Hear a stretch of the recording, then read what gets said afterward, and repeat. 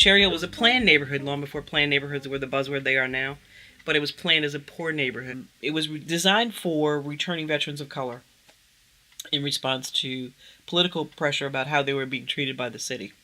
So they figured, okay, well, let's put them in Cherry Hill. Not knowing that Cherry Hill would become this vibrant neighborhood.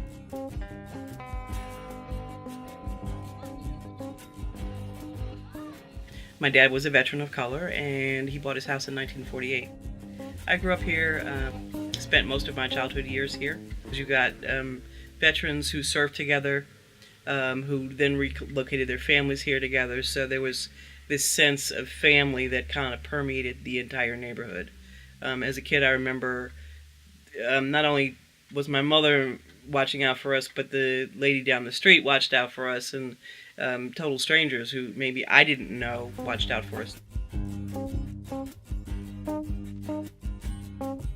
My generation, we did what kids do. We grew up and we wanted to experience life outside of the neighborhood.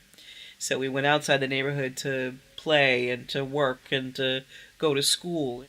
I think when my generation became of childbearing age, though, we came back to the neighborhood and said, wait a minute, we want to raise our kids in the same kind of neighborhood we grew up in, so there's some work that we need to do. And that's when we began to work on things like public safety and looking at affordable housing. We have a history of seeing a problem and finding a solution. It's one of the first communities in Baltimore City that had a community plan that they created themselves and got adopted by the planning department.